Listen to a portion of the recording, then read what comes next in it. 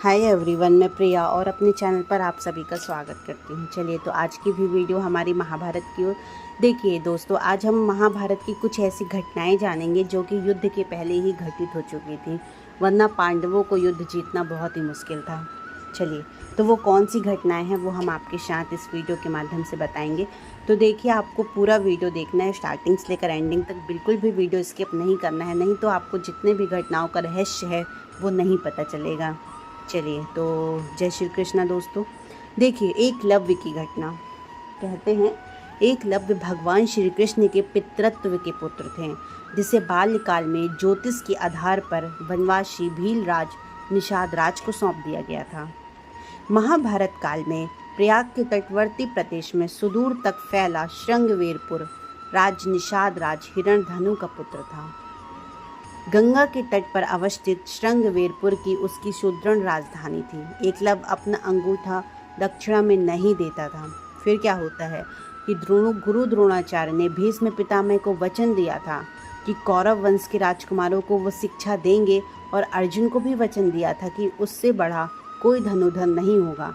बस इस वचन की लाज के कारण ही गुरु द्रोणाचार्य ने एकलव्य का अपना शिष्य नहीं बनाया, और जब उन्हें पता चला कि एकलव्य तो सब कुछ सीख गया है, तब उन्होंने एकलव्य से गुरु दक्षिणा में अंगूठा मांग लिया।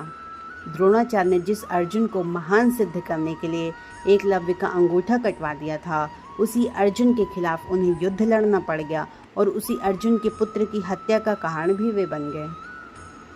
फिर कहते हैं इंद्रप्रस्थ में दुर्योधन। देखिए, पांडव अपने रहने के लिए इंद्रप्रस्थ नामक एक शहर बसाते हैं और उसमें एक मायावी महल बनवाते हैं।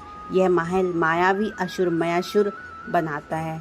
इस महल की खासियत यह रहती है कि जहाँ तक पानी का ताल नज़र आता था वहाँ फर्श होता था, और जहाँ फर्श नज़र आता था वहाँ पानी का ताल होता था। दुर्योधन के मन में इस महल को जानने की जिज्ञासा उत्पन्न हो गई, और वह जैसे ही महल के अंदर प्रवेश किया तो उसको एक भव्य हाल नजर आया, और उस हाल में सुंदर फर्श लगा हुआ था। ऊपर गैलरी में द्रौपदी खड़ी थी। दुर्योधन जैसे ही फर्श पर पैर रखता वह पानी की ताल में गिर जाता है।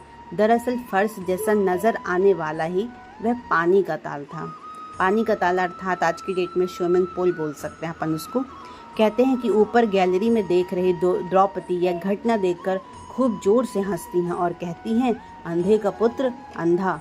दुर्योधन की इस घटना से बहुत शर्मिंदा होकर खुद को अपमान समझता है और मन ही मन द्रौपदी से बदला लेने की सोचने लगता है। फिर एक होता है लाक्षागृह कांड। कहते हैं शकुनी की नीति के तहत दुर्योधन ने पांडवों के रुकने के लिए एक ऐसा महल बनवाया जो लाख से बना था, जिसके बाद में लाक्षागृह कहा गया। दुर्योधन की योजना के अनुसार इस महल में रात में चुपचाप आग लगा दी गई थी, ताकि सोते हुए पांडवों की इस महल में जलकर मृत्यु हो जाए। किंतु पांडवों के जासूसों ने उसे इस योजना की सूचना दे दी, और वे रात ही एक गुप्त सुरंग से निकल भागे। ये सुरंग आज भी है। कहते हैं कि हिंडन नदी के किनारे पर खुलती है। फिर एक रहस्य ऐसा भी है कि भीम नहीं उठा पाए थे हनुमान जी की पूंछ कैसे। कहते हैं कि सभी को यह घटना तो मालूम ही होगी कि जो बलशाली भीम थे वे हनुमान जी की पूंछ नहीं उठा पाए थे।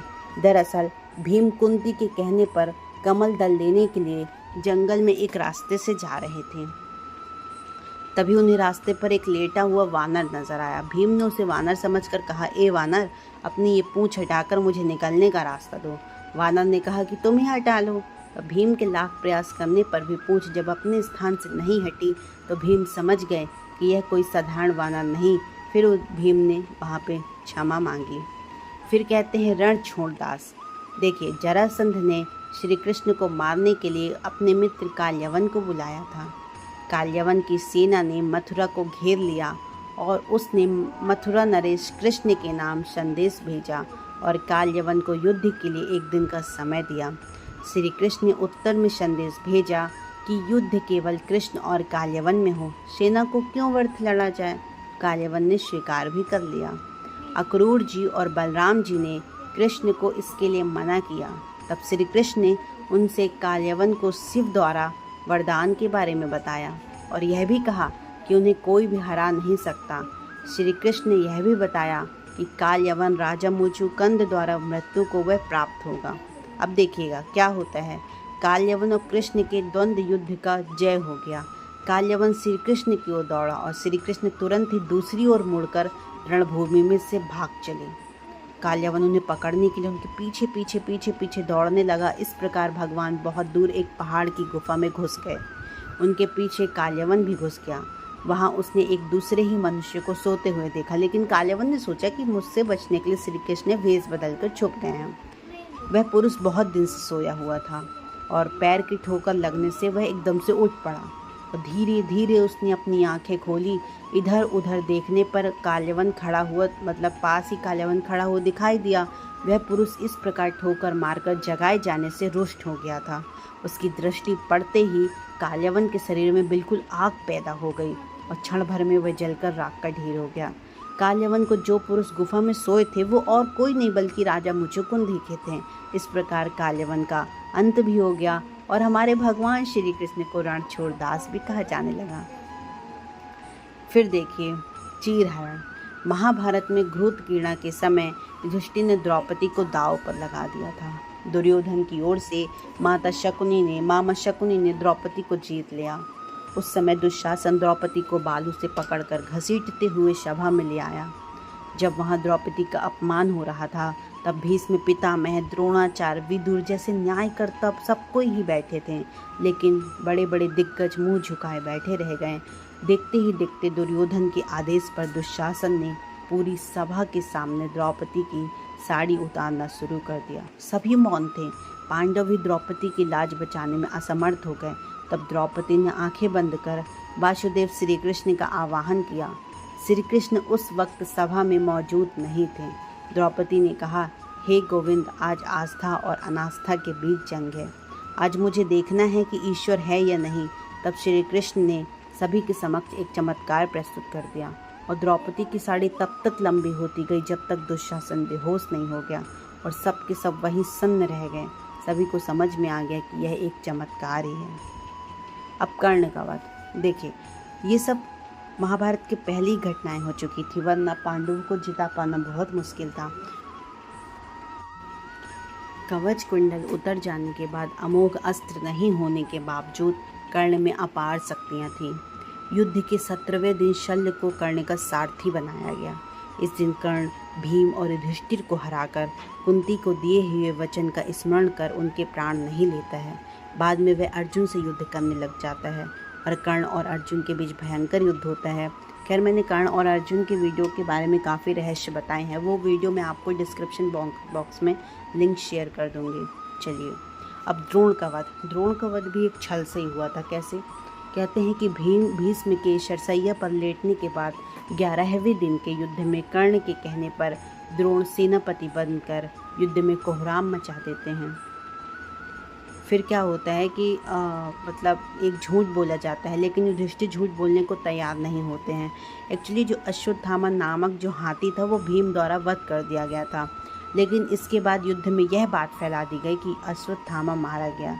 जब गुरु द्रोणाचार्य ने युधिष्ठिर से अश्वत्थामा मारे जाने की सत्यता जाननी चाहिए तो उन्होंने जवाब दिया कि अश्वत्थामा मारा गया परंतु हाथी।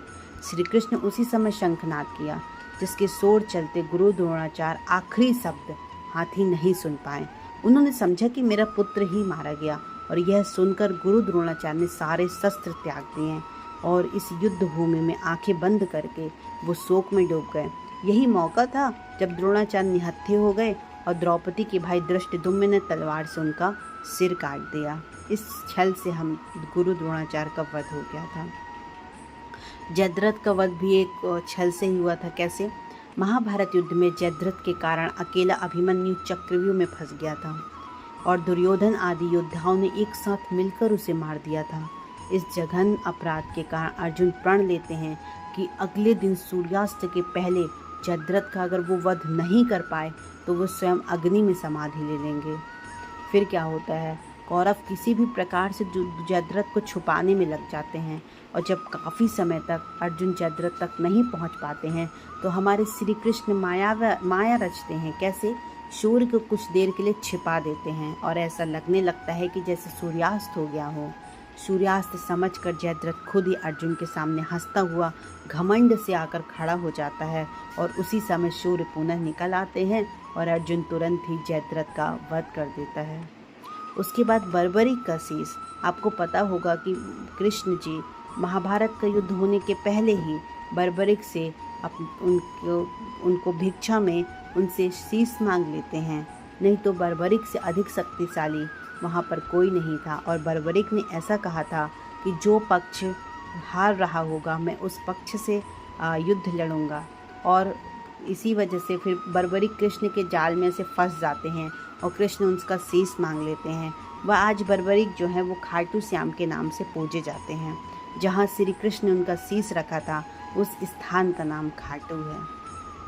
अश्वत्थामा को श्राप मिला था। मैंने वीडियो में बताया है कि अश्वत्थामा को क्या श्राप मिल गया था और उन्होंने क्या किया था। चलिए, आई होप आपको वीडियो पसंद आई होगी, बिकॉज मैंने महाभारत में जितनी महाभारत युद्ध होने के पहले जितनी भी ऐसे पारंपरिक घटनाएं थी वो आपके साथ शेयर किया। क्यों हुआ था महाभारत का युद्ध और महाभारत के युद्ध के होने के पहले ऐसी कौन सी घटना थी जो घटित हो चुकी थी। चलिए, तो ज़्यादा से ज़्यादा हमारे वीडियोस को शेयर करें और हमारे चैनल को सब्सक्राइब भी करें। Thank you so much. जय श्री कृष्ण।